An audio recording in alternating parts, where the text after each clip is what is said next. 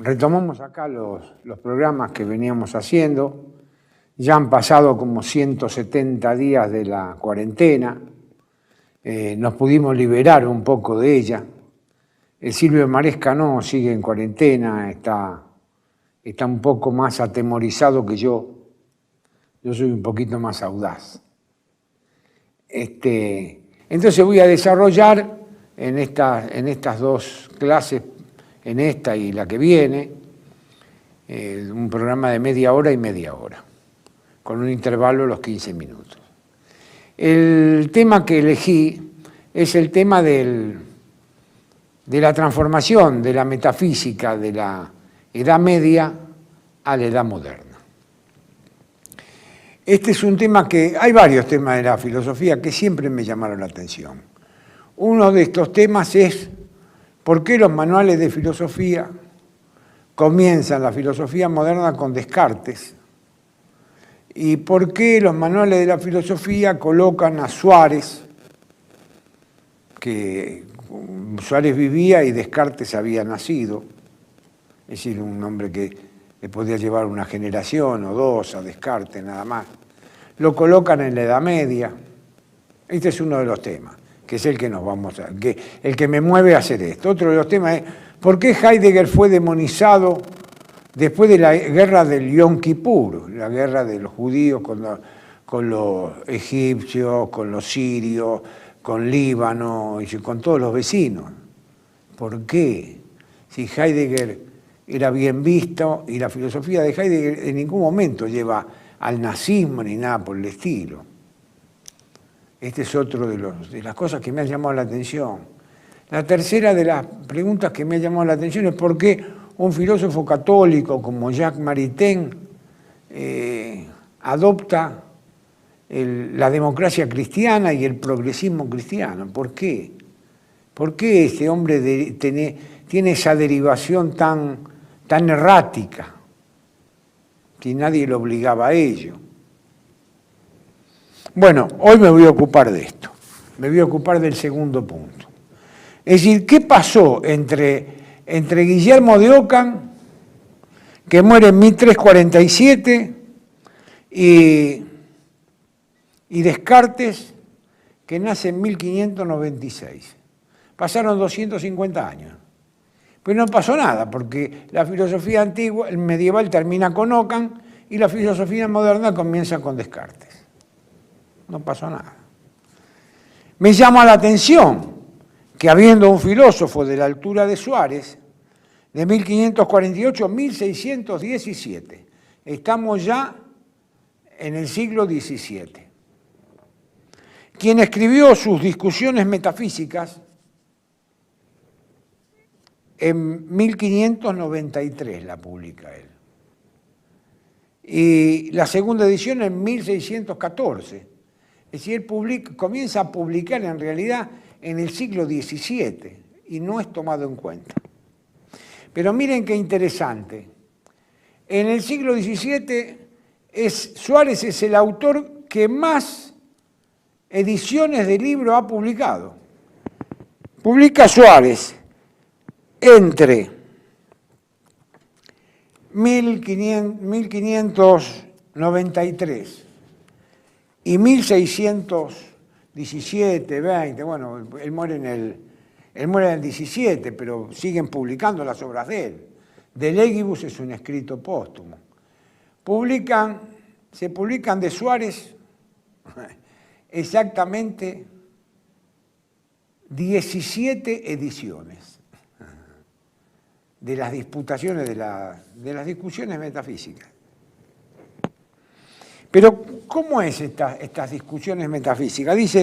Y Suárez dice, en el comienzo de las discusiones metafísicas, desmiente lo que dice en el proemio, porque aunque me hallo muy atareado con estudios y disquisiciones teológicas, en orden a mis clases y mis libros, era un profesor, no puedo menos de interrumpir, o mejor, moderar un poco el curso de los mismos. Tiene que moderar el curso de su clase, con el objeto de revisar y completar, por lo menos a ratos libres, unos apuntes que años atrás hice para mis discípulos y que dicté clases sobre el tema de la sabiduría natural.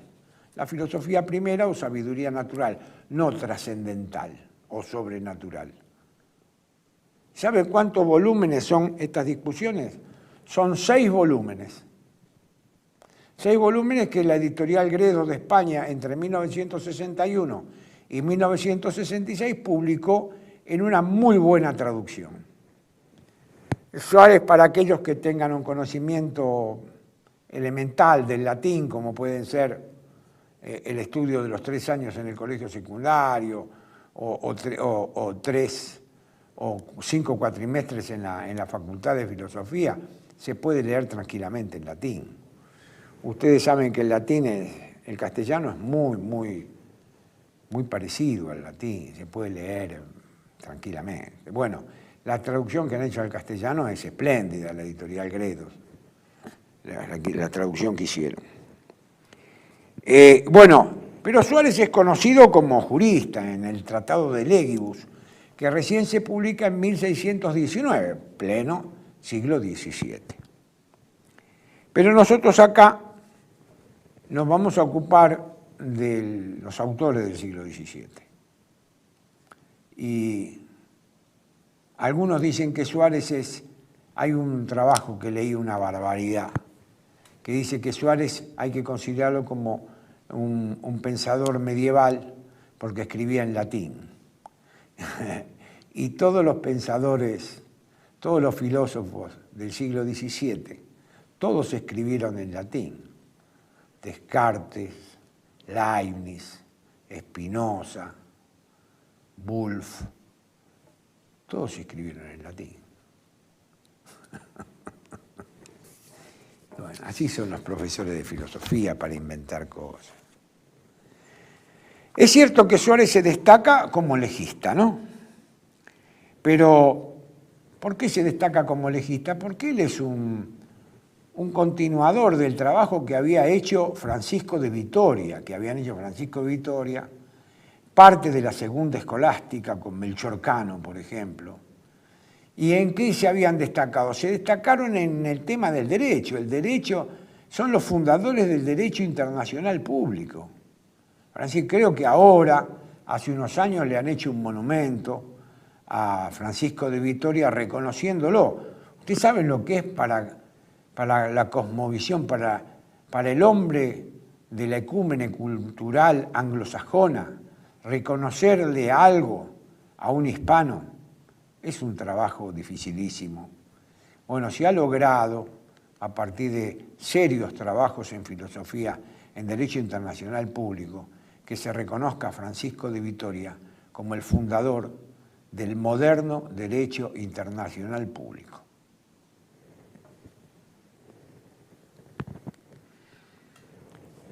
Los temas que trata en De Legibus, para que vean un poco, hay 2 temas que me parecen que son importantes en Suárez, en Vitoria, y demás, para que se entienda algo, ¿no?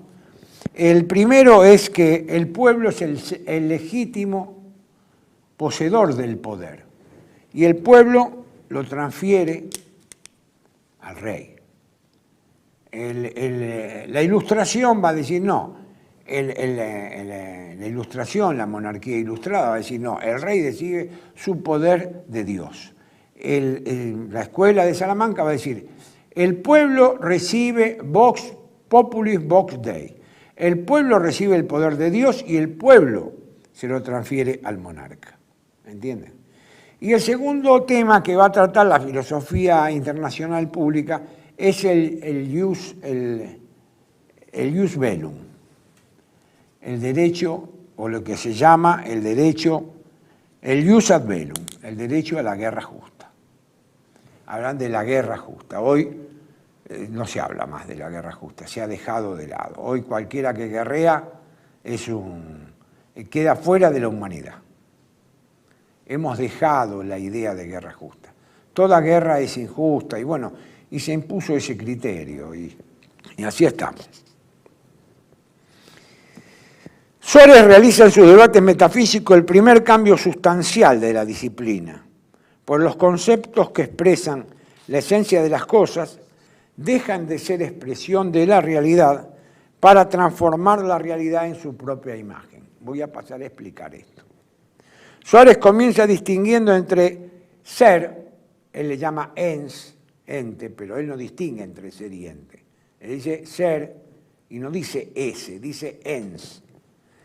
Distingue en el ens como participio presente, lo que es, y ens como nombre. Como participio presente significa la cosa dotada de existencia real, el ente, que es lo que significa el verbum yo existo. Dice egos sum. Como nombre significa la esencia real, como nombre. Y él le llama essentia realis. Es decir, que la realidad de las esencias se define por su capacidad de existencia. Existe un doble significado del ente, como ser actual, expresado por el participio presente, lo que es, y como ser posible, expresado por el nombre que le atribuyo a cada ente. Una vez más, el ser tomado como participio, o sea, como verbo, significa el ser real, con existencia actual. Y en este sentido, es el ser más contraído, porque el ser como participio, o sea, como verbo, significa el ser real, la existencia actual, y es el ser más contraído. ¿Por qué, dice Suárez, el ser más contraído? Pues representa un dominio más restringido que el del ser en general, que incluye al ser posible. Es decir, el ente puede ser real o posible. El ente real es más restringido que el ser posible, que puede ser todo. Como vemos, la esencia incorpora a la existencia en Suárez. Y no existe distinción real entre ambas, como ocurre, por ejemplo, en Tomás de Aquino, que distingue claramente el ens del esse, o el ens del actus essendi, aquello que pone en acto la esencia. Suárez, siguiendo a Aristóteles y Averroes, va a sostener que no existe diferencia alguna entre ser hombre y hombre.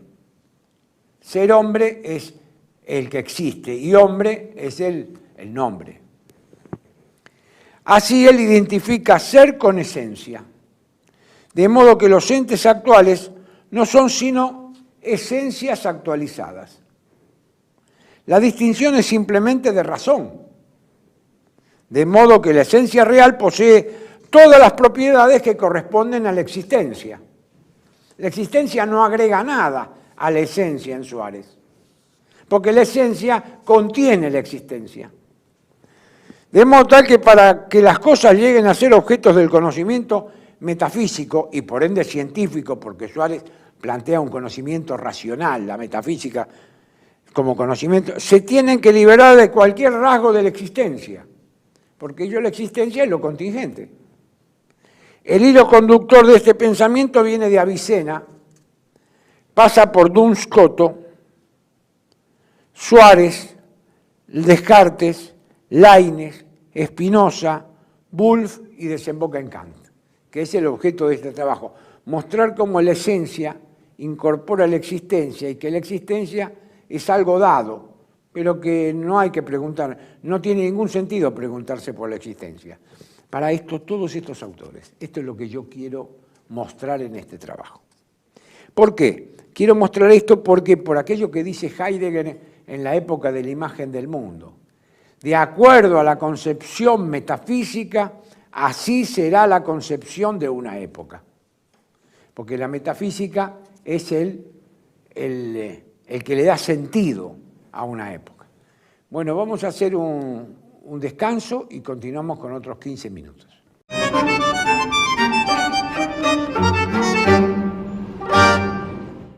Max Plan Soaje Pinto.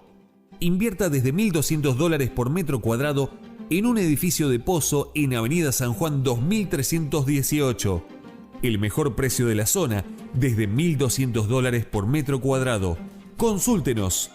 4312-8544, www.maxplen.com. Residencia de Los Ángeles es un hogar para adultos mayores habilitado en la ciudad de Buenos Aires, cuyo objetivo es la atención y cuidado de pacientes de la tercera edad. Más de 30 años de experiencia nos respaldan. Trabajamos con dedicación para cuidar a nuestros abuelos y así ofrecerles la felicidad y comodidad que ellos merecen. Estamos en el barrio Villarreal, pasaje Francisco Bauzá 2372, casi esquina Tinogasta. Comuníquese con María al 11 61 70 45 38. Los esperamos.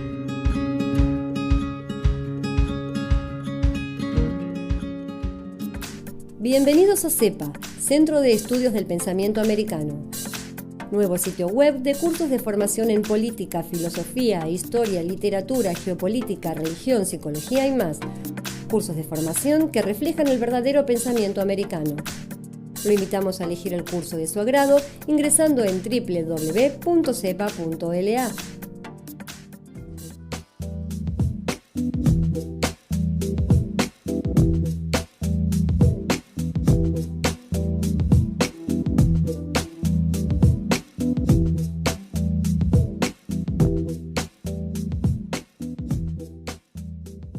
Decir siempre la verdad primero tiene un precio.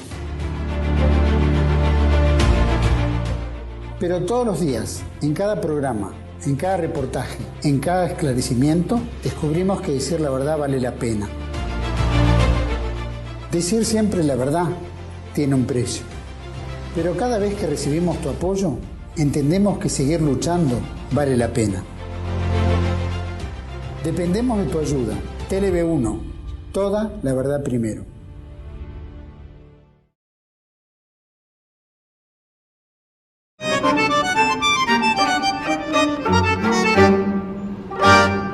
Bueno, continuamos.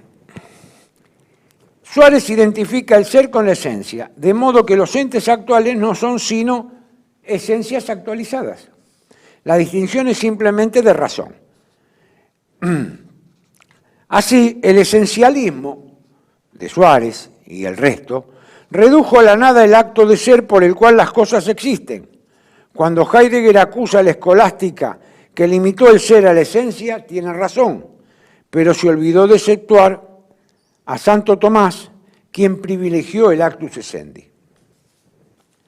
Es sabido que Descartes, 1596-1650, fíjense, Suárez lo tenemos 1548-1617. Descartes 1596-1650. Es decir, vivía Descartes en tiempo que vivía también Suárez.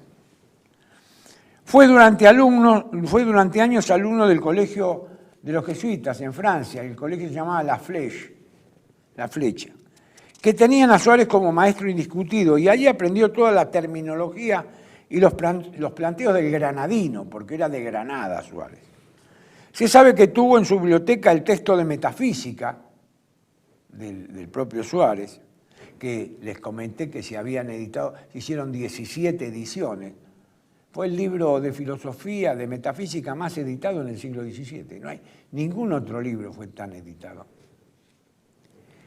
Al que conocía y al que recurrió en múltiples ocasiones. No es necesario que aparezca la cita textual de un autor para percatarse que ese autor es utilizado. Nosotros lo vemos. ¿Cuántas cosas hay que uno ha escrito que después la toman otro y ni siquiera nos citan ni nada? La toman como propia. Yo lo he visto conmigo, que soy un 4 de copa, lo he visto infinidad de veces. Ahora hace poquito también lo vi en un profesor que habla lo mismo que hablo yo, pero no me cita. Y bueno, ¿y qué le voy a hacer? ¿Le voy a hacer juicio? Bueno, que haga lo que quiera. Nosotros hemos aprendido en la universidad que hay que citar, porque si no es plagio. Hay que citar en honor al otro, en el darle su lugar, en respetar lo que él pensó. Descartes, al asimilar la filosofía escolástica Suárez, al plantearse el problema de la relación esencia y existencia, negó que hubiese distinción real entre ambas. Descartes dice en latín, essentiam et existentiam nullum modo distingui. La esencia y la existencia de ninguna manera se distinguen. De ahí que para Descartes sea válida la prueba ontológica de la existencia de Dios, pues para él la esencia incluye necesariamente la existencia. Recordemos que esta prueba la inventó San Anselmo, que vivió del 1034 al 1109, según la cual, si definimos a Dios como aquel del que nada más grande puede ser pensado, el existir en la mente, por el conocimiento de la esencia de Dios, lo pensamos como lo más grande, más allá de lo cual nada puede ser pensado, también tiene que existir, porque de lo contrario no sería aquel del que nada más grande puede ser pensado. Si pienso lo más grande, no puede haber otra cosa. Si le agrego la existencia, entonces eso es más grande de lo que yo pude pensar lo más grande. Este es el meollo del argumento ontológico.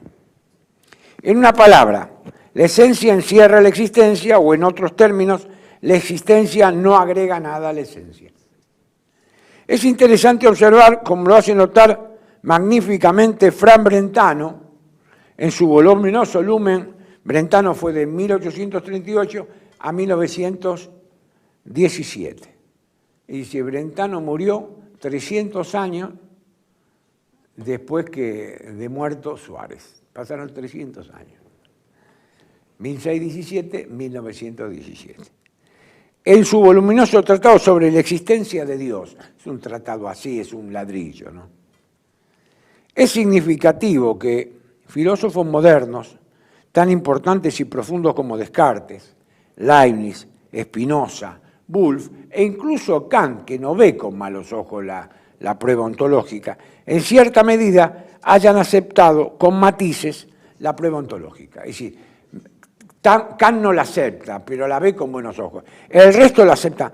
Descartes, Leibniz, Spinoza y Wolff aceptan la prueba ontológica.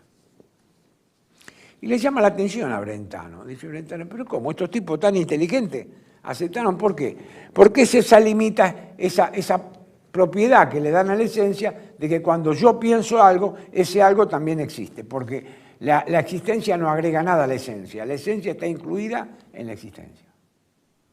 Es un tratado, el de Brentano, sobre la existencia de Dios, que no lo leyó casi nadie. Yo lo leí porque, bueno, voy a dar unas clases sobre Brentano. Las próximas voy a hacer sobre Brentano. ¿Por qué? Porque fue un seminario que dictó Brentano en 1868, del 68, no, 1866 a 1868, en Furburgo, en la Universidad de Furburgo, en Austria, y después no se publicó el trabajo. Y lo salieron publicando recién 55 años después. Y Brentano tenía una influencia muy grande. Él fue uno de los hombres que más colaboró con el tema del surgimiento del positivismo, del trabajo sobre la ciencia física, matemática, porque él había sido un gran estudioso de la matemática. Y todo ese tratado, que es un tratado, hay una traducción de 700 páginas, una barbaridad. Yo lo tengo, pero bueno, si quiere alguno se lo vendo también.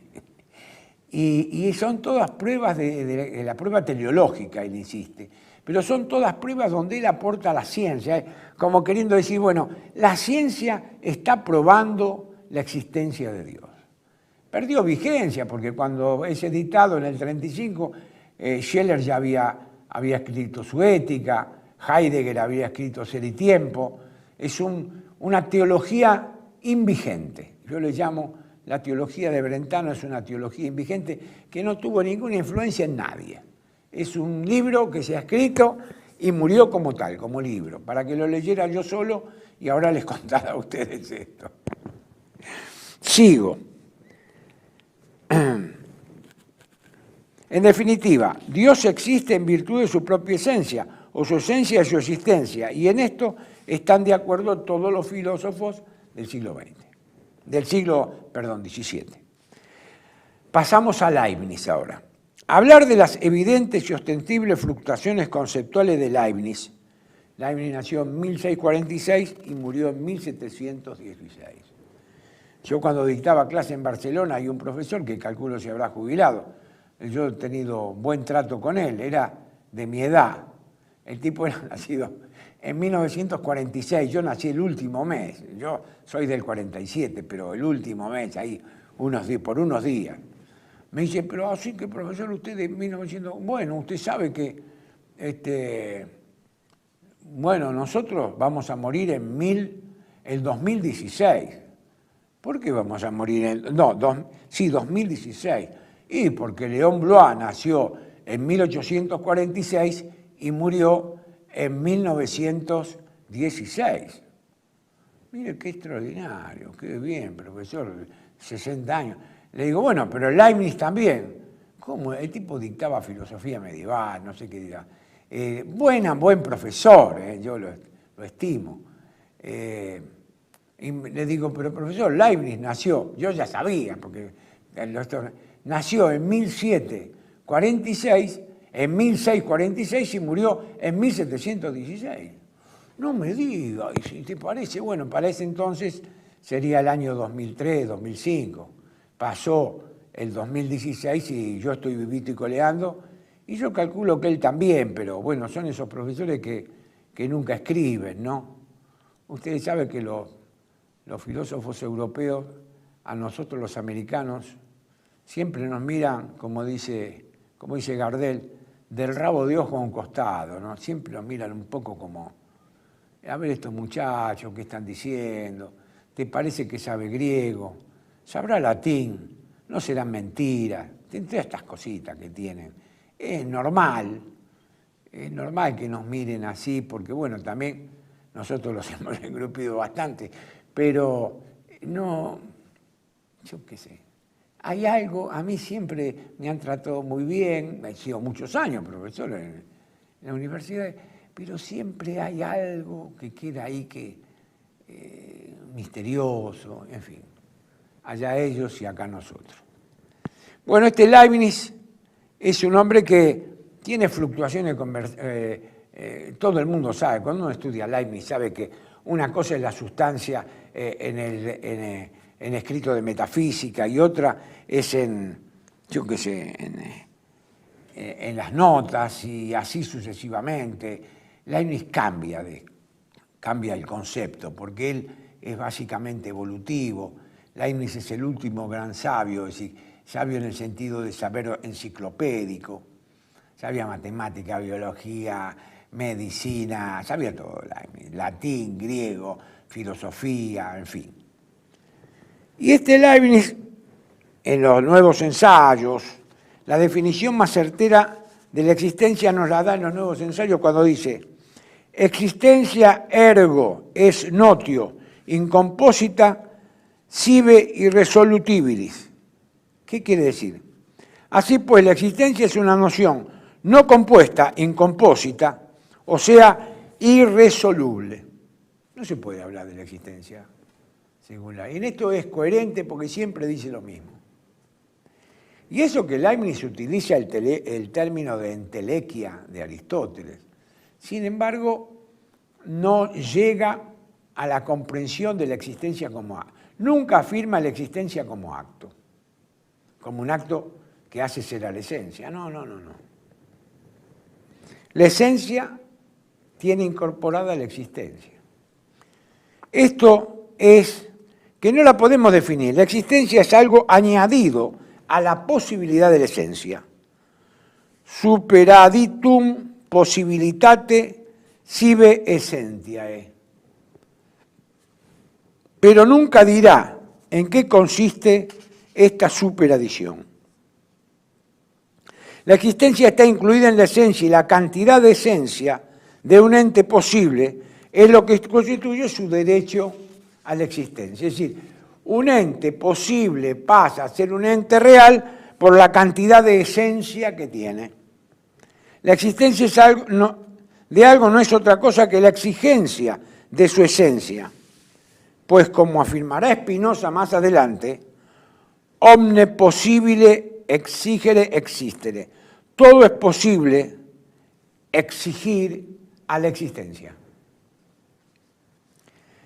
veremos luego cómo Wolff, en su definición de existencia, no se puede desprender de Leibniz, y este no puede hacerlo de la influencia de Suárez, quien ya en su tesis de gradación en Leipzig sobre el principio de individuación está totalmente influenciado o influido por el español.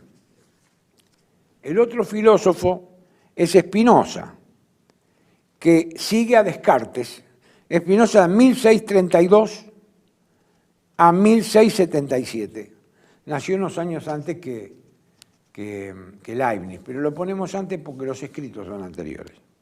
Y Spinoza tiene un libro que se llama Cogitata Metafísica, es decir, pensamientos metafísicos. Pretende explicar brevemente los problemas del ser, de Dios y del hombre, en estas cogitatas que son poco conocidas, todo el mundo estudia la ética. Lo interesante es que Spinoza, tan puntilloso y definiciones en su ética, ustedes no olviden que la ética de Spinoza, ética, dice, immore geométrico demostrata, demostrada a la manera geométrica, va definiendo, atando razonamiento tras razonamiento. Acá no se preocupa de definir las nociones que usa, como son las nociones de esencia y existencia, y sostiene que es inútil definirlas, pues para formarnos una definición de ellas, debemos recurrir a ellas. Y en esto, Spinoza es una copia fiel de Suárez. Es decir, no ponemos definirlas, la esencia y la existencia, porque de alguna manera nosotros para definirlas tenemos que recurrir a ellas. Es una copia fiel de Suárez, quien al comienzo de sus debates metafísicos, Disputationes Metaphysicae, afirma: ninguna ciencia demuestra su propio objeto, dice Suárez. Fíjese la dependencia que hay de Spinoza con Suárez. Ninguna ciencia demuestra su propio objeto. Si el objeto de la metafísica es el ser, yo no puedo definir el ser. Si para Spinoza, para Suárez, para Leibniz, el objeto de la metafísica es la esencia, yo no puedo recurrir a la esencia para definir la esencia. Suárez, totalmente Suárez. 2 años después de la muerte de Spinoza, nace Christian Wolff. Pero acá lo voy a dejar para la próxima clase. Hasta luego, que les vaya bien.